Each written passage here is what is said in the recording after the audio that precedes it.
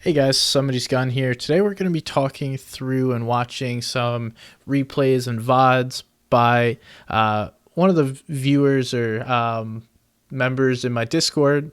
I'll go ahead and drop that link down below in the description, but if you want your gameplay reviewed, join my Discord and you may be featured on one of these episodes of Hindsight Rotations. So thank you Zachoj and his duo, Larry Conoga, for sharing these VODs with me.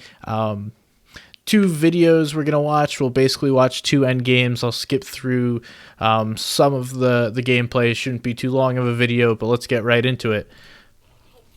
Let's pull up my general notes here before we get started in the gameplay. What I want to talk about, we won't really go through, but before this, they did a good job on rotating through the quiet side of the map, aka going further south and staying away from the mess that is the congestion when moving into this zone.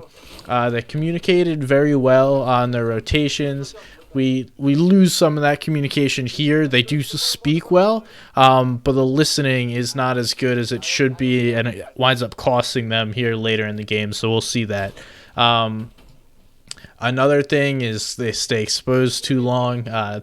They're going for picks, and I understand that, but you got to be careful when you're sitting shooting at people because heavy snipers are in the game, especially when you're not above 150 HP. You really have to be careful.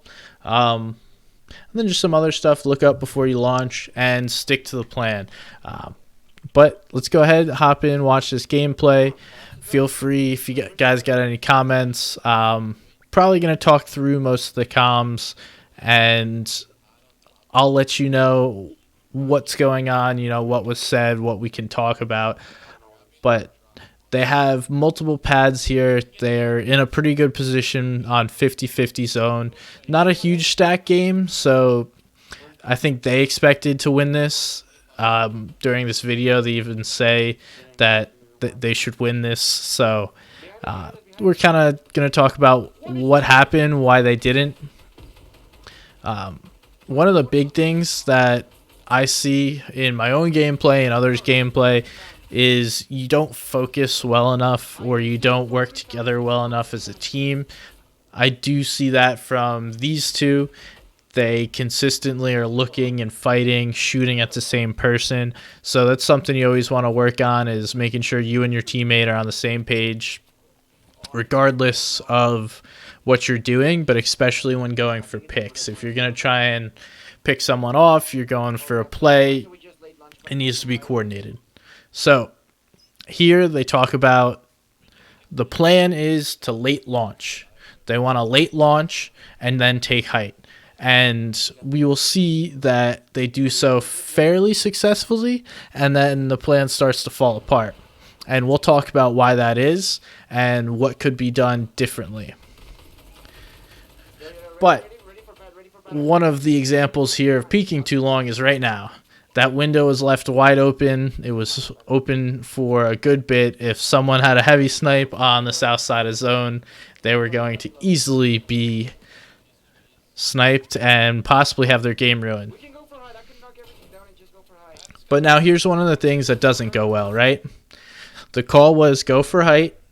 We have height. We're late launching. We're going for height. Unfortunately here, he goes for a play down below, and his teammate is unable to successfully go for height without him. He loses precious time because he now needs to heal. But height works out anyway. They wind up getting height. Again, it's not a super stacked lobby, but no one's died since last zone. So they're being contested for height. What you should be doing now is working with your teammate. If the call is to go for height, do whatever you need to get to height. They don't get it. All right. Now, again, the plan is to repad and take height once again, which, again, his teammate Larry does pretty well. Plays this fight very slowly. The other guy winds up getting out. He's probably low HP. So they take height. It's been established, and the call is to reconnect. Now, I understand the call was to reconnect, but you don't need to drop down too low here. Your teammate's on height, and he needs your assistance. That's your full focus. Your full focus should be keeping height with your teammate. Right now, unfortunately, that is not his focus. He's going for patters who aren't going to be able to contest him based on where they're at. Now, if they're above him going for a contest of height, that's much different. Focus those guys. But right now, he's not helping his teammate keep height, and he loses his life because of it. If we go back, let me turn this up so we can listen to the comms. Connect to the mountain.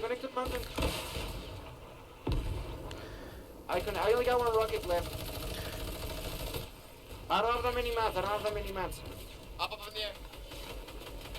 On me. He calls on his duo calls on me. Clearly stating that there's somebody on him. He should know that there's somebody above him and to the right. Unfortunately, it doesn't go well for him, and they don't wind up being able to hold height because they didn't work together. The communication was there, the listening wasn't. So again, you can guys, something to take away from this is you can communicate all you want, but what you really need to be able to do is listen to your duo and your teammate. It's not a one-way street. It needs to be from both parties. They need to speak to one another, and you need to be able to take in that information and do something with it. Zach had tons of materials, so if they took and kept height together, they probably win this game, especially with the elevation changes here. But that's game one. I'll go ahead and let's hop into game two. All right, here's game two. Let me turn these guys down. We'll go over some of the keynotes. They're trying to be aggressive here. They're kind of going for an all or nothing play. They're right on the barrier of possibly making money, but need a few good games. So they're trying to W key, get some points. So they're going for a third party here. I'll let this play out. Nothing really special happens for a couple minutes, so let's go over the notes. Something that I see them do well is support each other during fights. What does that mean? We'll see here in a second, but they're always helping one another, looking towards their teammate, trying to make sure that they can support and assist, keep their teammate alive while also going for elims, and their communication is very good. You can see the more specific notes. You want to read those yourself, but we're going to hop right into the gameplay here.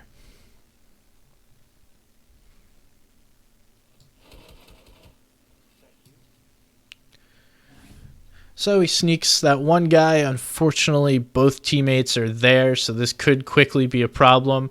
Going to turn up the comms here because his teammate says, go for that guy, and they psycho into that one guy. Each hitting him with attack is a very nice play. They're only worrying about one person now, besides a third party contesting them. And it's now a 2v1 with both of them on pretty good health versus a single guy. There, boom, win this mid-game fight. I just want to show you guys that really what the play is here that wins them this is the call to push this one guy. And they both hit him for 75, quick dead, and then that then helps them win the fight. So let's hop forward towards endgame. Again, not a super stacked game, but I guess this is another mid-game fight. What I really want to show here is that they'll get an elim and not get super aggressive here to try and get the other guy, because there's a lot of teams in sweaty and they could easily be third party. Right now they're kind of on edge of zone, don't necessarily have to worry about other people. They get the kill, the teammate runs away. It's not worth chasing and throwing their game. Take a couple shots obviously, but don't throw your game because you want one extra elim. 1 point's not worth it if it's going to cause both of you to get killed. So just a smart play I saw by them to disengage this fight. They take what they can get, but obviously don't go into the congestion that is Sweaty Sands.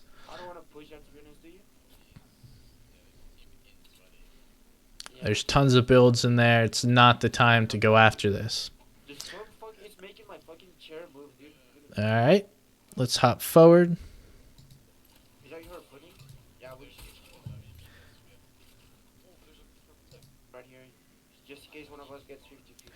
So what I like here is you see his teammate is going to take height and watch over him while he farms materials. It's going to be a very supportive role. If anyone's going to push towards him, his teammate can fire shots, slow them down at the bare minimum, or even stop them from pushing his teammate while farming. So not something I see done a ton, or at least communicated and may be done by teams. But having your teammate watch over you while you're farming, looting, whatever it may be, is a great play, especially later in these games. It'll help you get more materials while also doing so in a safe manner. That's them pushing, yeah, 100%. And let's go ahead, skip to the end game here. Those guys are in, by the way. This is going to be 50-50 on this rotation. They're going to get a kill. Can we shoot this guy? Wait, And what I want to see, or what I want to talk about and share, is that these guys, again, push this fight as a team. You have one guy pushing above, the other continues to put pressure on. Now they're coming from two different angles. I'm just moving for a sec. You know the bunny was white, so that's an easy elim. And the other guy apparently wasn't too good at hitting his shots either. So free loot. And they can now use all the extra mats to push forward and build in 50-50, take height in this zone while still having max materials. So that was the call. Teammate, while one person was looting, was building up, gaining the high ground, using materials. And an important thing is letting the metal build.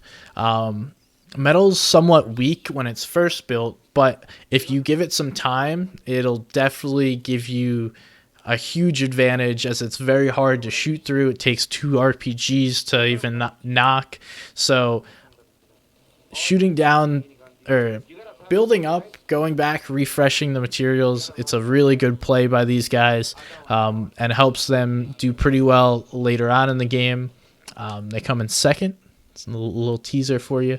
And again, they don't really bother about the kids underneath them. The kids underneath them are actually going to help them in a sort if they're not going to take height on them, because they can go higher. That's Zach and his duo here. Larry, they can go higher without having to worry about getting shot down, because you know there's someone below you, which then helps alleviate some of that fall damage or potential for fall damage. And then another play here that's very important is they see they have 50-50 zone. They know that a team might be contesting them, which is the other team on height, and you need to be able to stop the other team from challenging you for height. A height take is important, and once you have it, it's important, but people are going to continue to contest you, so you have to look for the people that could potentially be going for that contest, trying to take height, so on and so forth.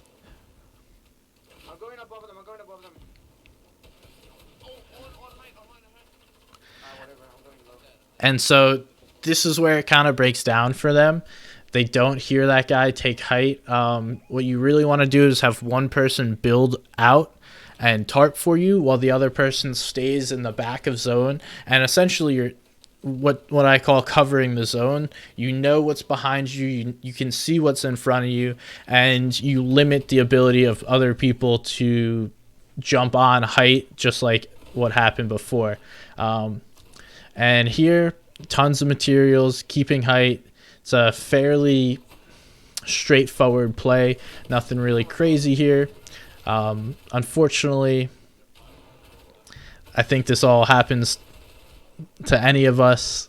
The nerves get the best of you, and you make a play that you probably know at the time is not the best.